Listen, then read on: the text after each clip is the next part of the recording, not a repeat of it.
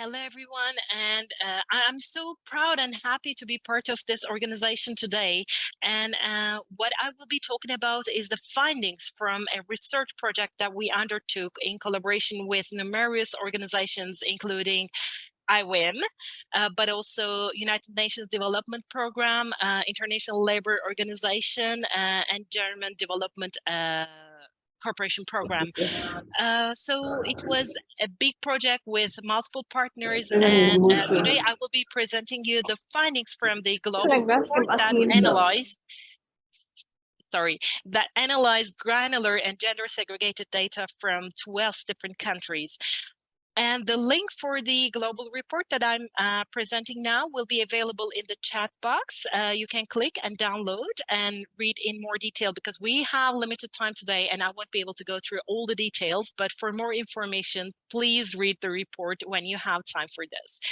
And maybe one quick word about the IGF. IGF is an intergovernmental forum. The long name is Intergovernmental Forum on Mining, Minerals, Metals, and Sustainable Development. And as the name connotates, we work for the sustainable development in the mining sector. And we represent 80 member states, member governments who are part of the organization. So I actually did this presentation many times before, but this is the first time that I'm delivering this presentation to the women who have been actually the main audience, should have been the main audience for this presentation. So I'm really very excited and happy to be able to share these findings with you. I'll try to ask some questions to learn about your own intuition about some of the findings that we come up with, and to understand if we really our findings, if our findings are really related to your own experience in the field. Maybe a very quick word about why we did this project. First of all, we wanted to understand what the future holds for women in the mining sector, given some major trends that are shaping the future of the sector. These trends, as we define them, were, first of all, introduction of disruptive and new technologies. And also increased demand for critical minerals, new mines, new mining techniques, new mining locations, etc., with the energy transition.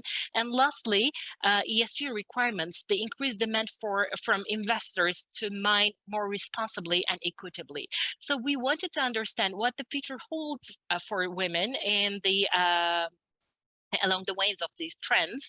But for being able to understand the future, we decided that first we had to have a baseline for today, which we didn't have until we started working on this project. So this project is an important milestone that showcases data from different countries, from different geographic locations and different cultural contexts. So I will be presenting you our key findings under actually 4 main pillars. The first key finding that we had is not a big surprise, I guess. It's that women's participation in the mining workforce is indeed increasing, but at a slow pace. So this is the data that we come up with from almost every country that shows that mining is still the most masculine sector, the second most masculine sector following construction among all industries. And maybe I should also emphasize here that Laura said that the private sector likes to talk with data. So I think giving all this data, putting the data on table is very important to understand the current realities of the sector. Okay, before going to the next slide, I want to ask you a question. Please type your answers in the chat. What is the global representation of women in the mining sector, do you think? Please type in your answers, and I'm showing the results. So the finding is very diverse, actually. Women's participation in the mining workforce varies between 9% to a very high 25% in Sweden. With a word of caution here, Sweden has a very small mining sector. But especially the countries where the mining sector is big, the representation of women is relatively small. And the global percentage sits at 14%. So this is the first finding. The second finding is, despite the gradual increase, the upward trend, we see that deep structural inequalities remain in the sector. So let's talk about these structural inequalities. Okay, the first diverge that we discovered in the project is about occupation. What we see is that women in the mining sector are more dominant in some occupations, such as clerical jobs, and largely absent in others. For example, the data that you see here from Sweden shows that in Sweden, more than 70% of all clerical and administrative support workers are women. And the data on the right-hand side is from South Africa, which shows a very, very similar trend. However, when we look into technical positions, we see that women are largely absent in these technical positions.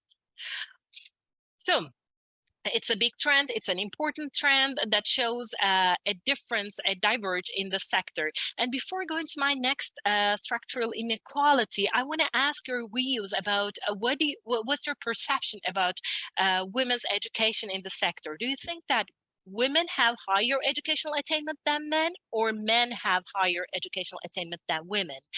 And secondly, do you think that women have more technical skills, or men do have more technical skills? Please feel free to type your answers in the chat. And here is the answer.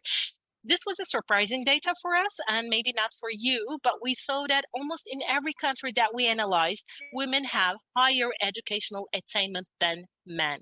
However, they have much less technical qualifications that are usually acquired through technical education programs or vocational training programs compared to men.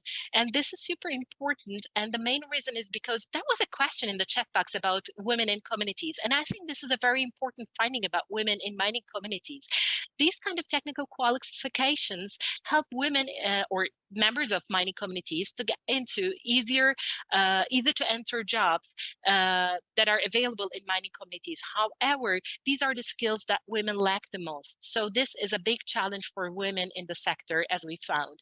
And another important finding related to education is that although women have higher educational attainment than men, they do not necessarily have STEM-related qualifications. And even if they have STEM-related qualifications, those are mostly concentrated in fields like chemical engineering, environmental engineering, or geology. So their opportunities for hardcore mining jobs can be more limited compared to men. And one last interesting finding is from Canada. What we saw is that women in Canada have more or less similar technical, not similar, but we could say that the representation of women in STEM education is higher in Canada compared to many other countries. But still, when we looked into the data, we saw that in Canada, women with STEM degrees prefer other industries over the mining industry despite the higher wage that the sector offers, which shows us a very important structural problem with the sector. Okay, and here is the leaky pipeline. We always hear that there is a leaky pipeline in the mining sector, and one of the reasons that we do not have many C-suite representatives, women in these kind of roles, is because there is a leaky pipeline and we lose women along the path, which is actually true. The data is very interesting here. If you want to draw a line that shows the steepness of the curve across the 8 bars, you see that we lose women at a much more steeper rate than men. And the very granular data from Australia shows something very interesting. Here we have the age brackets across occupations. And we see that when they start their career around the age of 30, women represent almost 40% of all managerial positions, whereas their representation in managerial positions drops down to 10% as they age, whereas their participation in clerical and administrative jobs, it remains almost the same throughout all the age brackets. Oh, okay. Before the next slide, I want to ask another question. Do you think that there is a gender pay gap in the sector? Do you think that men and women are paid differently? And then if you think there is, I would like to hear about your opinions about, do you think that women with higher educational attainment do have less gender pay gap?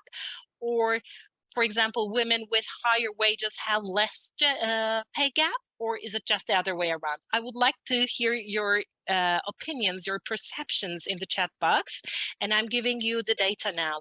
What we saw is that, yes, there is a very rampant um, gender pay gap in the sector. And interestingly, when we looked into the further breakdown of the gender pay gap, we saw that the gender pay gap is more significant for higher paying positions and more significant when the educational attainment of women increases. It's less in low-paying jobs. So it's a very harsh reality, a very important structural problem that the sector has to deal with, has to attend to. Okay, one other issue, I mean, although this was a data project, we also had chance to collect some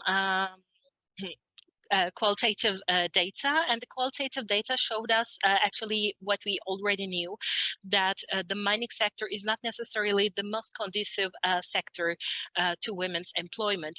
And some of the issues that women mentioned in the research, in the surveys, were that parental leave provisions were not adequate, PPEs were not properly fit for women, basic facilities and equipment were still designed for the needs of men, etc. So all these structural issues that we have been talking about have also been confirmed through our research. The third trend that we found is that global trends affecting the large-scale mining will require upskilling, reskilling, and building new skills. And there will be some specific challenges for women. I will not go into details of this slide now because of the time that we have. Please feel free to ask me any questions, but I will give you some very quick ideas.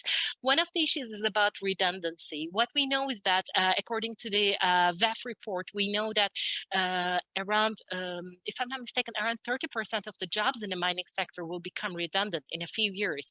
And these jobs mostly will be from clerical and administrative positions. And so as we have seen from data, women hold most of these positions. So when the jobs become redundant, there is the question of what will happen to women who are holding these jobs. Also, there is one interesting trend that we observed from Mongolia, South Africa, Canada, Australia, etc., that women's representation in, for example, drivers and machine operators is increasing. However, we also see that these are the jobs that are becoming more and more redundant. So the question is, are men jumping ship? Or is this a genuine positive trend? So these are the issues that we will try to uncover during the second phase of the project. One other thing is related to reskilling and the need for digital skills and access to digital infrastructure for being able to reskill the mining workforce. And this is a particular challenge for women in mining communities. One thing that is positive is what we see is that there will be skills transfers from other sectors that is driven by the introduction of new technologies, but also with the increased demand for critical minerals. In Argentina, for example, we saw that women's representation in the mining workforce was at 9%, whereas for the lithium mining, it was around 25%. And one of the reasons for this is because lithium mining requires different set of skills, more related to chemical engineering, and this could provide some opportunities for women. And lastly, which women? This is the last point that I want to make, the skills import. For many developing countries, the skills needed for new technologies and new mining may not be readily available in the local workforce. So the number of women working in the sector may increase. However, there is no guarantee that these women will be local women. For example, the data that we have from Ghana shows that women's representation in the sector is around 18%, whereas the participation of Ghanaian women is only 9%. So this is an important trend that we also have to address. And lastly, the importance of data. This project was a data project, so we struggled a lot with accessing granular and detailed data and intersectional data, which was a big challenge. So I think this could be a call for governments and for the industry to collect gender disaggregated data and to publish it in an accessible way. Okay, looking ahead. Okay. I'm not going to present the slide, but I will just give you a quick overview. And I want to ask you the question. I want to roll the ball back to your field. I want to ask you, what is your perception? Do you think that future is more bright or more gloomy based on the data and the trends that I presented to you? Do you think that there is a better future for women in the mining sector, or do we have to work hard to make future more equal for women? Thank you very much for listening to me.